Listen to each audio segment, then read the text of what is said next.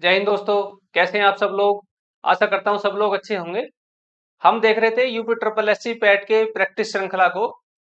साथियों, हम प्रैक्टिस क्यों करें, हमें प्रैक्टिस की क्यों आवश्यकता है, यानी हम कोई भी चीज क्यों करते हैं।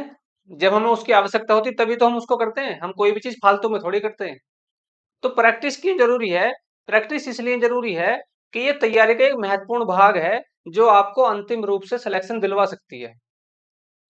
कुछ स्टूडेंट प्रैक्टिस से मन चुराते हैं।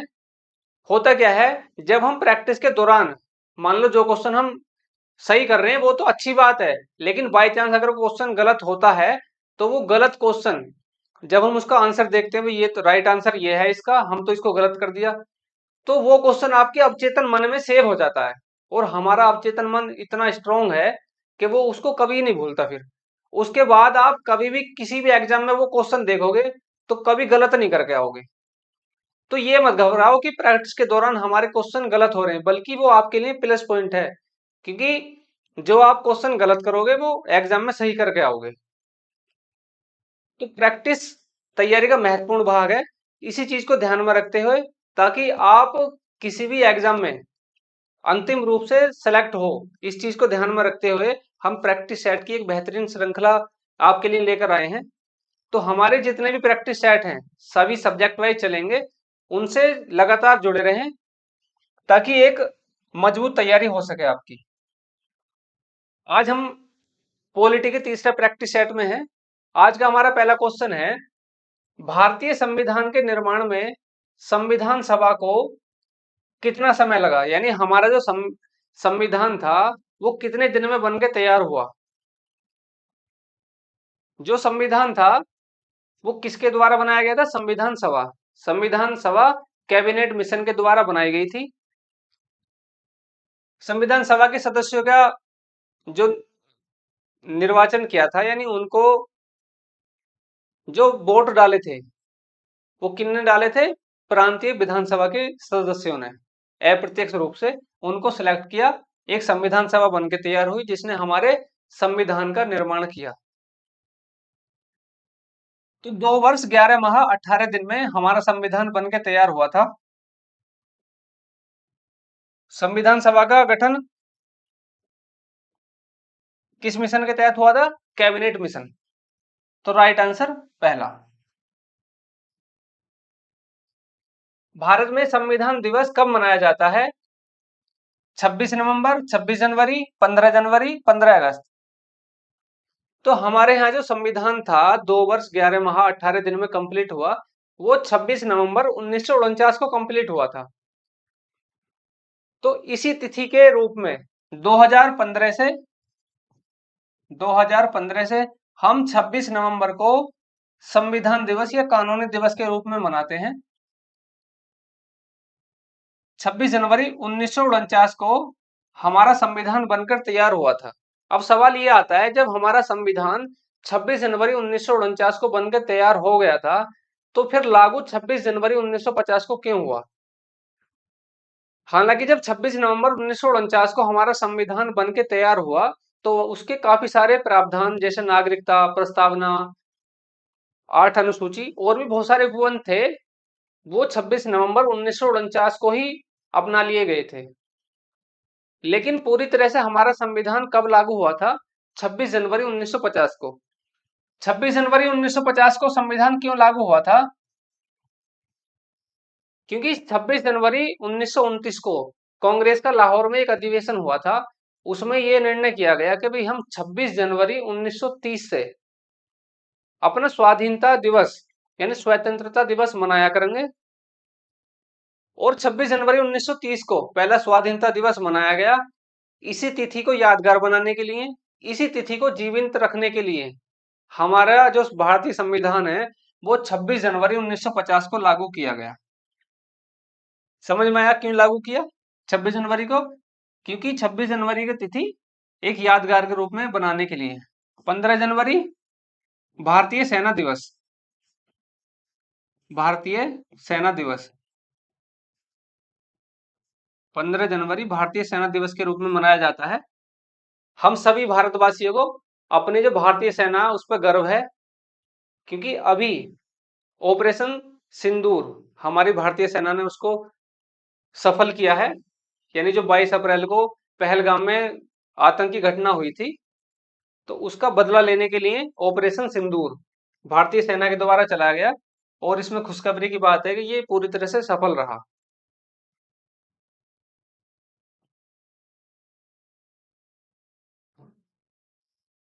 15 अगस्त को पता ही है, 15 अगस्त 1947 को भारत स्वतंत्र हुआ था। भारतीय संविधान में संविधान संशोधन की प्रक्रिया का विचार कहाँ से लिया गया?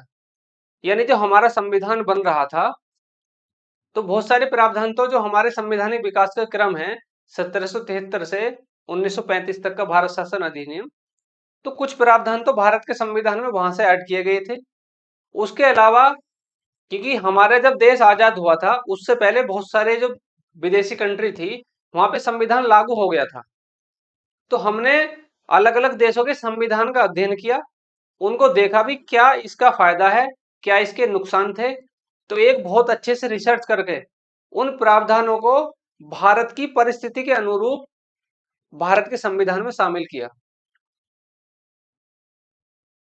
तो क्वेश्चन है, संविधान सभा की प्रक्रिया, संविधान संशोधन की प्रक्रिया का विचार कहां से लिया गया? तो इसका राइट आंसर है दक्षिण अफ्रीका।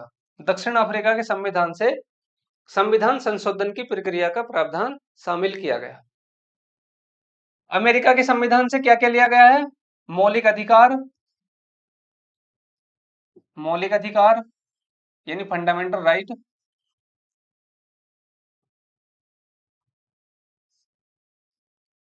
स्वतंत्र न्यायपालिका,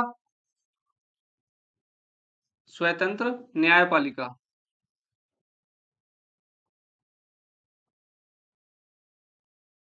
न्यायिक पुनरावलोकन, न्यायिक पुनरावलोकन,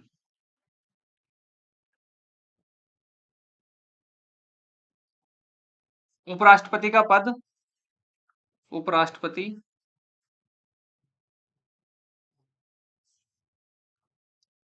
और राष्ट्रपति पर महाभियोग। ये सारे प्रावधान कहां से लिए गए हैं? अमेरिका के संविधान से। स्वतंत्र न्यायपालिका यानी हमारे यहाँ क्या है, न्यायपालिका स्वतंत्र है, और जितने भी सरकार के हमारे अंग हैं, विधायिका, कार्यपालिका, न्यायपालिका, इनका एक संविधान द्वारा क्षेत्राधिकार एक निर्धारित किया है। यानी शक्ति पृथक्करण, सेपरेशन ऑफ पावर, यानी प्रत्येक जो सरकार के तीनों अंग है, उनका एक अपना क्षेत्राधिकार है, और वो तीनों एक दूसरे के क्षेत्राधिकार में कोई हस्तक्षेप नहीं करते। तो जो हमारा सुप्रीम कोर्ट है, उसको संविधान का की व्याख्या करने का और हमारे मौलिक अधिकारों का संरक्षण करने का दायित्व है, यानी अधिकार है उसके पास। तो उसी अधिकार के तहत न्यायिक पुनरावलोकन क्या है? Judiciary judiciary review. ये है कि कोई भी विधायिका रूल बनाती है, संसद कोई भी रूल बनाती है, तो उसकी समीक्षा करती है कि भी ये जो भी कानून बनाया गया है, ये संविधान के अनुसार है या नहीं है। अगर उसको लगता है कि जो भी संसद ने कानून बनाया है वो संविधान के अनुसार नहीं है, वो मौलिक अधिकारों को सीमित करता है, तो न्यायपालिका उसका क्या है, एक समीक्षा करती है, और जितने प्रावधान उसको लगता है ये मौलिक अधिकारों के खिलाफ है या संविधान के खिलाफ है, तो उनको निरस्त कर देती है। यह है न्यायिक पुनरावलोकन।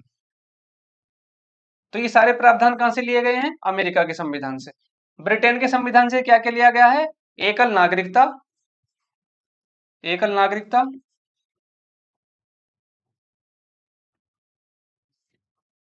संसदीय व्यवस्था,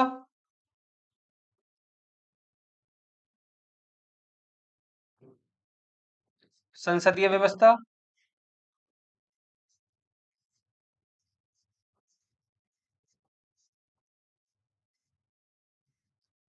एकल नागरिकता और संसदीय व्यवस्था, ये कहां से लिया गया है? ब्रिटेन के संविधान से।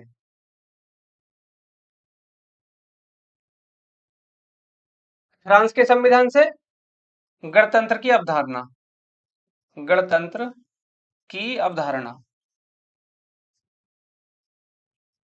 यानी जो देश का प्रमुख है वो जनता के द्वारा एक निश्चित समय के लिए निर्वाचित किया जाए, ना कि ब्रिटेन की तरह वहां का राजा उस देश का प्रमुख हो।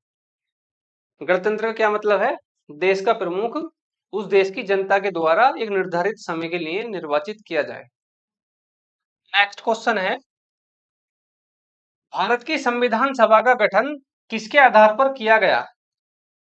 यानी हमारा जो संविधान निर्माण किया था वो संविधान सभा ने किया था। संविधान सभा कैबिनेट मिशन के तहत गठित की गई थी। उसमें यह प्रावधान था कि भाई भारतीय संविधान का निर्माण भारतीय लोगों के द्वारा किया जाएगा। तो जो भारतीय लोगों का समूह था उसको ही हम संविधान सभा बोलते थे। तो ये उसका प्रावधान किसमें था? कैबिनेट मिशन 1946 में आया था। इसके 3 सदस्य थे, ए बी अलेक्जेंडर,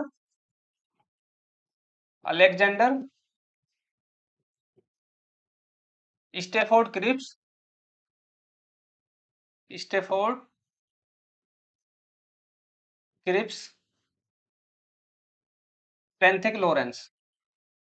ये कैबिनेट मिशन के 3 सदस्य थे, पेंथिक लॉरेंस।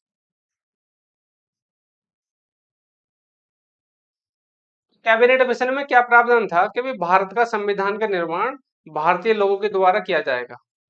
और भारतीय लोगों का निर्वाचन किसके द्वारा हुआ था? मतलब भारतीय संविधान के लोगों का वो हुआ था प्रांतीय विधानसभाओं के द्वारा अप्रत्यक्ष निर्वाचन के आधार पर। क्रिप्स मिशन ये दूसरे विश्व युद्ध के दौरान इसकी योजना तैयार हुई थी। इसमें भी संविधान सभा के बारे में गठन किया था, लेकिन मुस्लिम लीग ने इसको अस्वीकार कर दिया था, क्योंकि इसने विभाजन को अस्वीकार किया था। तो इस कारण मुस्लिम लीग ने इसको अस्वीकार कर दिया, तो ये लागू नहीं हो पाया था। कैबिनेट मिशन इसके तहत संविधान सभा का गठन किया गया। माउंटबेटन योजना 3 जून 1947, 3 जून 1947 इसके द्वारा विभाजन की रूपरेखा तैयार की गई, भारत और पाकिस्तान का विभाजन। नेक्स्ट, भारतीय संविधान में एकल नागरिकता का प्रावधान लिया गया है। तो भारत के संविधान में हमने बताया एकल नागरिकता कहां से ली गई है? ब्रिटेन के संविधान से। तो ब्रिटेन के संविधान से इसका राइट आंसर है। आयरलैंड के संविधान से क्या क्या लिया गया है? DPSP, DPSP directive principle of state policy, राज्य के नीति निर्देशक तत्व। राज्य के नीति निर्देशक तत्व क्या हैं? कि राज्य जब भी कोई नीति बनाएगा तो नीति निर्माण के तहत जो भी 36 से 51 तक डीपीएसपी हैं उनको ध्यान में रख के ही नीति निर्माण करेगा। यानी एक सरकार को दिशा निर्देश दिए गए हैं, अगर सरकार उनको नहीं फॉलो कर पाती संसाधनों के अभाव में या किसी भी कारण से, तो हम इस आधार पर न्यायालय में नहीं जा सकते कि भी ये 36 से 51 के जो प्रावधान है उनको फॉलो नहीं कर रहे, क्योंकि ये अपरिवर्तनीय है। फ्रांस के संविधान से हमने बताया गणतंत्र की अवधारणा ली गई।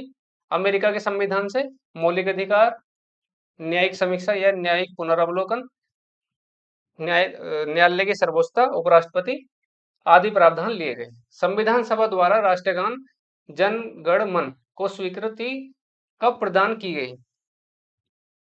तो संविधान सभा के द्वारा 24 जनवरी 1950 को राष्ट्रगान और राष्ट्रगीत एवं राष्ट्रगान को स्वीकार किया गया। किसके द्वारा? संविधान सभा के द्वारा।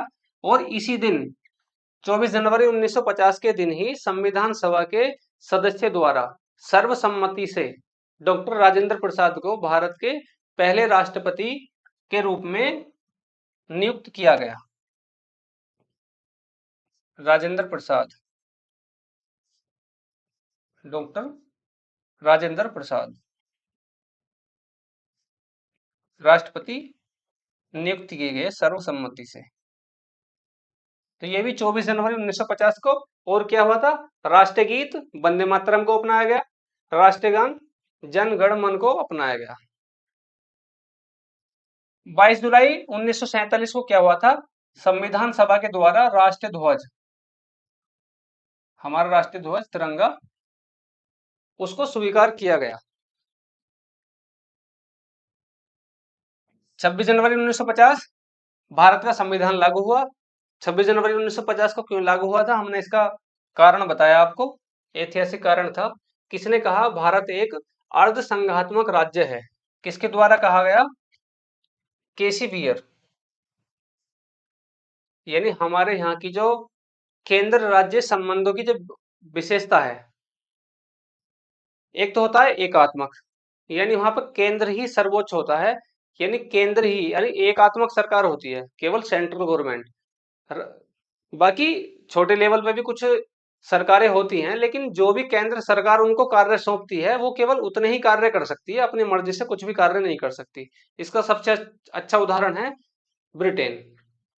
दूसरा होता है संघात्मक व्यवस्था। ये केंद्र राज्य संबंधों की ऐसी व्यवस्था है जहां पे केंद्र और राज्य का दोनों का एक स्वतंत्र अस्तित्व होता है। केंद्र के अलग कार्य होते हैं, राज्य के अलग कार्य होते हैं, दोनों एक दूसरे के कार्य में कोई हस्तक्षेप नहीं करते। लेकिन हमारे यहाँ क्या है, हमारे यहाँ संघात्मक व्यवस्था को अपनाया गया है, लेकिन कुछ स्थिति में, आपातकाल के दौरान, यानी जैसे अब वर्तमान में ऐसी स्थिति बनी हुई है, ज्यादा पावर किसके हाथ में है, सेंट्रल गवर्नमेंट के हाथ में। तो जब सारी पावर सेंट्रल गवर्नमेंट के हाथ में आ जाती है, तब हमारे भारत का जो रूप है वो कैसा हो जाता है, एकात्मक। यानी राष्ट्रीय आपात या कुछ और स्थिति होती हैं, तो उसमें हमारा जो केंद्र सरकार है वो सर्वोच्च हो जाती है। तो इसी वजह से ना तो हम पूरी तरह से एकात्मक हैं, ना पूरी तरह से संघात्मक है, दोनों के बीच का रास्ता अपनाया गया है, उसे बोलते हैं हम अर्ध संघात्मक, क्वासी फेडरल। तो ये किसने बोला था, केसी बीहर ने, कि भाई जो भारत है उनके केंद्र राज्य संबंधों के आधार पर ये अर्ध संघात्मक है। संविधान सभा के संवैधानिक सलाहकार थे, कौन थे, बी एन राव। संविधान सभा के सलाहकार थे बी एन राव। सच्चिदानंद सिन्हा कौन थे, जब संविधान सभा का पहला अधिवेशन हुआ 9 दिसंबर 1946 को, तब अस्थाई, यानी स्थायी नहीं थे, 9 दिसंबर 1946 को संविधान सभा के अस्थायी अध्यक्ष चुना गया सबकी सहमति से। और 11 दिसंबर को डॉक्टर राजेंद्र प्रसाद। के एम मुंशी और टी डी कृष्णमाचारी, ये कौन थे, संविधान सभा में काफी समिति थी, उनमें से एक थी सबसे प्रमुख प्रारूप समिति, जिसके अध्यक्ष थे डॉक्टर बी आर अम्बेडकर। तो के एम मुंशी और टी डी कृष्णमाचारी ये प्रारूप समिति के सदस्य थे। प्रारूप समिति में कुल कितने सदस्य थे, 7 सदस्य थे, यानी एक अध्यक्ष, 6 सदस्य। कभी कंफ्यूजन नहीं होना इस क्वेश्चन में, कुछ लोग एक अध्यक्ष के अलावा 7 सदस्य उसमें ऑप्शन चूज करके आते हैं, लेकिन टोटल 7 सदस्य थे, जिनमें एक अध्यक्ष, 6 सदस्य थे, 6 सदस्य। जो ये टी डी कृष्णमाचारी थे, ये डीपी खेतान की जगह 1948 में प्रारूप समिति के एक सदस्य के रूप में नियुक्त किए गए थे, क्योंकि 1948 में डीपी खेतान जी की मृत्यु हो गई थी। तो सच्चिदानंद सिन्हा 9 दिसंबर को संविधान सभा के अस्थायी अध्यक्ष, के एम मुंशी और टी डी कृष्णमाचारी प्रारूप समिति के अध्यक्ष, और संवैधानिक सलाहकार कौन थे, बी एन राव। निम्नलिखित में से कौन संविधान सभा का अध्यक्ष था, संविधान सभा का अध्यक्ष कौन था, डॉक्टर राजेंद्र प्रसाद। डॉक्टर राजेंद्र प्रसाद भारत के प्रथम राष्ट्रपति भी थे, और कब बने थे, 24 जनवरी 1950 को। तो इसका राइट आंसर क्या है, doctor Rajendra Prasad. Doctor B R Ambedkar ये प्रारूप समिति के अध्यक्ष थे। पंडित जवाहरलाल नेहरू संघ शक्ति समिति के, संघ शक्ति समिति, यानी संविधान सभा में अनेक समिति थी, एक बहुत लंबी बहस के द्वारा ही एक बहुत अच्छा संविधान बनाया गया, संघ शक्ति समिति। जब भी एग्जाम में कोई क्वेश्चन आए और उस समिति के आगे संघ लिखा हुआ हो, तो उसका राइट आंसर हमारा क्या होगा, जवाहरलाल नेहरू, पंडित जवाहरलाल नेहरू संघ शक्ति समिति। और भी संघ शक्ति से रिलेटेड, यानी जब भी किसी समिति में संघ शब्द दिखे आपको, तो उसका राइट आंसर होगा पंडित जवाहरलाल नेहरू। डॉक्टर राजेंद्र प्रसाद संविधान सभा के अध्यक्ष हो गए। वल्लभ भाई पटेल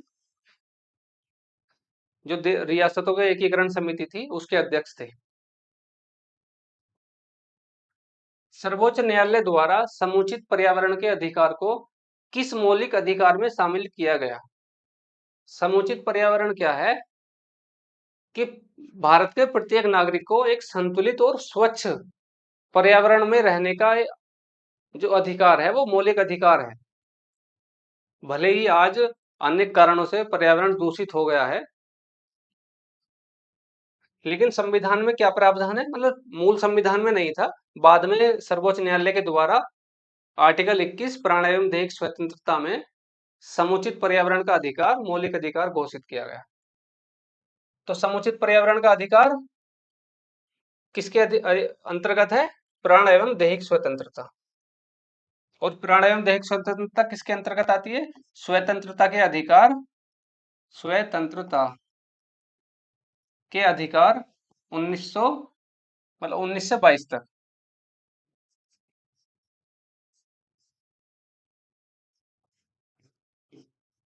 19 से 22 जितने भी 6 मौलिक अधिकार हैं उनका आपको आर्टिकल पता हो, जैसे समानता का अधिकार 14 से 18, स्वतंत्रता 19 से 22, शोषण के विरुद्ध अधिकार 23-24, धार्मिक स्वतंत्रता का अधिकार 25 से 28, सांस्कृतिक एवं शैक्षणिक अधिकार 29-30। तो बाई चांस अगर आप कोई कभी क्वेश्चन एकदम याद नहीं आ पाता, लेकिन आपको इस तरह से कैटेगरीज वाइज पता है भाई यहाँ से यहाँ तक समानता का अधिकार है, यहाँ से यहाँ तक स्वतंत्रता का है, तो आप चांस रहेगा कि शायद क्वेश्चन सही कर आओ ना पता होने के बावजूद। तो प्राण एवं दैहिक स्वतंत्रता के अंतर्गत आर्टिकल 21 में समुचित पर्यावरण यानी संतुलित और स्वच्छ पर्यावरण का अधिकार, फंडामेंटल राइट। शोषण के विरुद्ध अधिकार हमने बताया आर्टिकल 23-24। सांस्कृतिक एवं शिक्षा संबंधी अधिकार 29 और 30। समता का अधिकार आर्टिकल 14 से 18।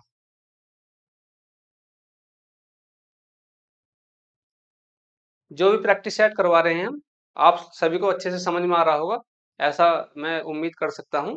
बाकी अगर आपको कोई डाउट है किसी भी प्रकार का किसी भी क्वेश्चन में, तो आप कमेंट करके बता सकते हो। नेक्स्ट क्वेश्चन है कि मौलिक अधिकार के प्रतिबंध के तहत सरकार कुछ स्थितियों में हथियारों के बिना हो रही शांतिपूर्ण सभा को सीमित कर सकती है। उदाहरण के लिए मामला अगर सार्वजनिक व्यवस्था के हित में हो।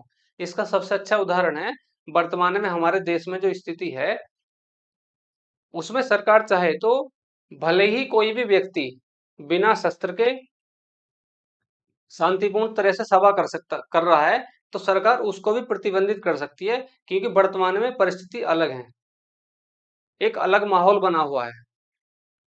तो हमें जो आर्टिकल 19(1) में वाक्य एवं प्रेस की स्वतंत्रता दी गई है, तो सामान्य स्थिति में उसमें भी 8 सीमाएं हैं, यानी हम मनमाने तरह से कुछ भी अभिव्यक्ति नहीं कर सकते। दूसरा शर्त यह है कि कोई भी सभा आप कर सकते हो, बशर्ते शस्त्र रहित और शांतिपूर्ण होनी चाहिए। तो ये जितनी भी स्वतंत्रता दी गई है आर्टिकल 19 के तहत, ये युक्ति युक्त है, ना कि मनमाने तरह से कि कोई भी व्यक्ति कुछ भी बोल सकता है। भारत की एकता, अखंडता, समानता, बंधुता के खिलाफ कोई भी ऐसी अभिव्यक्ति नहीं कर सकता। तो ये क्वेश्चन कह रहा है कि तो यह है स्वतंत्रता के अधिकार, जो आर्टिकल 19 है, 19 से 22। तो 19 में क्या है? वाक्य एवं प्रेस की स्वतंत्रता। स्वतंत्रता के मौलिक अधिकार के प्रतिबंध के तहत सरकार कुछ स्थितियों में, यानी हमने बताया कि भाई शस्त्र रहित और शांतिपूर्ण तरह से आप सभा कर सकते हैं, ये आपका फंडामेंटल राइट है। लेकिन संविधान में यह भी प्रावधान है कि भी कुछ स्थितियों में, या जैसे राष्ट्रीय आपात या अभी फिलहाल अलग माहौल है देश में, ऐसी स्थिति में सरकार इस फंडामेंटल राइट को प्रतिबंधित कर सकती है, भले ही आप शांतिपूर्ण या शस्त्र रहित सम्मेलन कर रहे हो। तो ये किसके अंतर्गत आता है? स्वतंत्रता के अधिकार, आर्टिकल 19। संवैधानिक उपचार आर्टिकल 32। आर्टिकल 32। आर्टिकल 32 क्या है? जितने भी हमारे 6 मौलिक अधिकार हैं जो हमने बताए हैं, समानता का मौलिक अधिकार, स्वतंत्रता का मौलिक अधिकार, शोषण के विरुद्ध अधिकार, धार्मिक स्वतंत्रता और सांस्कृतिक एवं शैक्षणिक अधिकार, ये हमारे 6 मौलिक अधिकार हैं। तो अगर कोई भी व्यक्ति या कोई भी सरकार, राज्य सरकार या केंद्र सरकार मौलिक अधिकारों को प्रतिबंधित करती है या हनन करती है, बशर्ते राष्ट्रीय आपातकाल या ऐसी स्थिति को छोड़कर, यानी सामान्य स्थिति में, तो सुप्रीम कोर्ट या हाई कोर्ट दोबारा से आपको मौलिक अधिकार दिलाने के लिए 5 प्रकार की रिट जारी करता है।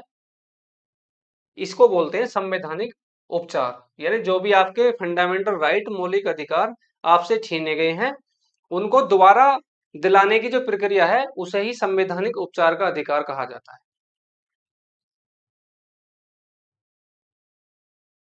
संविधान में यह भी प्रावधान है कि भी राष्ट्रीय आपातकाल या ऐसी कुछ भी स्थिति उत्पन्न होती है तो आर्टिकल 20 और 21 को छोड़कर आपके फंडामेंटल राइट को प्रतिबंधित या निलंबित किया जा सकता है। शोषण के विरुद्ध अधिकार 23-24, समानता का अधिकार 14 से 18। निम्न मौलिक अधिकारों को उस अनुच्छेद के आरोही क्रम में लगाएं जिसके तहत वे संविधान में दिखाई देते हैं।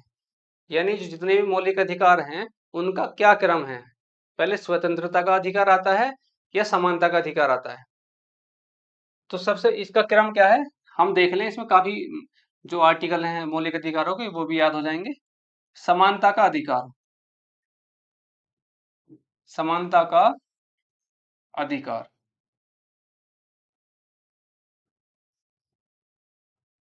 आर्टिकल 14 से 18। स्वतंत्रता का अधिकार, स्वतंत्रता का अधिकार,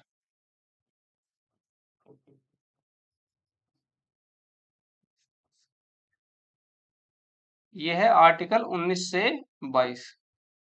शोषण के विरुद्ध अधिकार, शोषण के विरुद्ध अधिकार, विरुद्ध अधिकार, यह है आर्टिकल 23 से 24।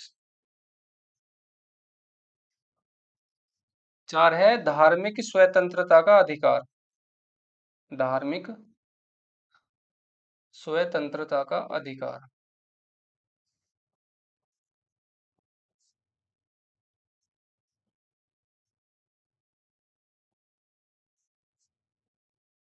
ये कितने आर्टिकल से कितने तक है, 25 से 28।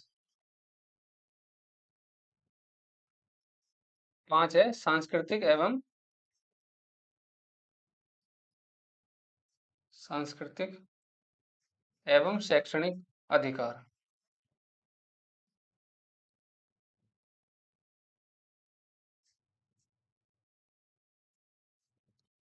29 और 30,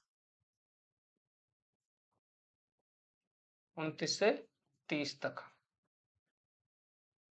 छठा मौलिक अधिकार बचा संवैधानिक उपचारों का अधिकार, संवैधानिक उपचारों का अधिकार,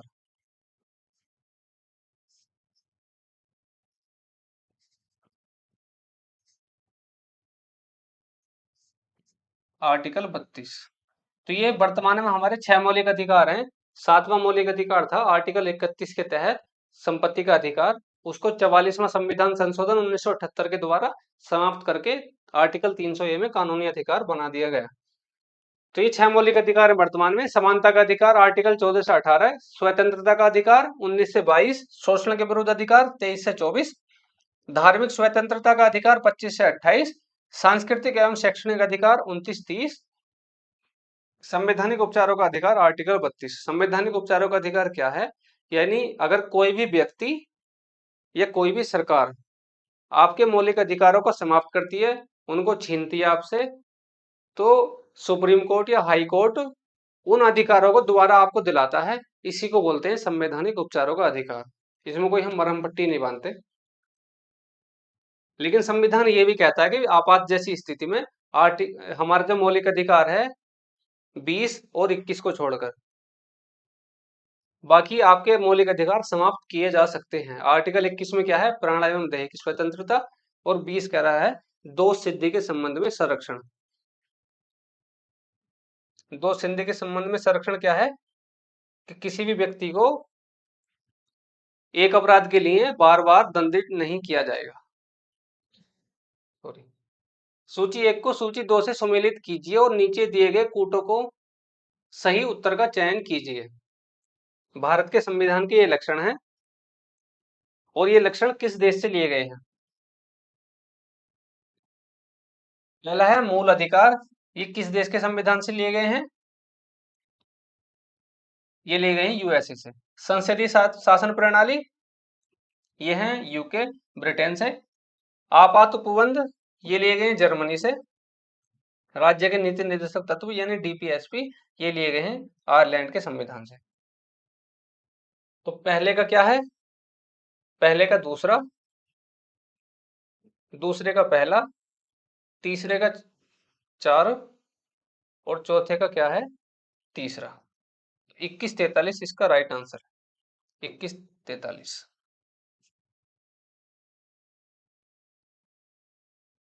तो ये थे आज के हमारे प्रैक्टिस सेट के क्वेश्चन।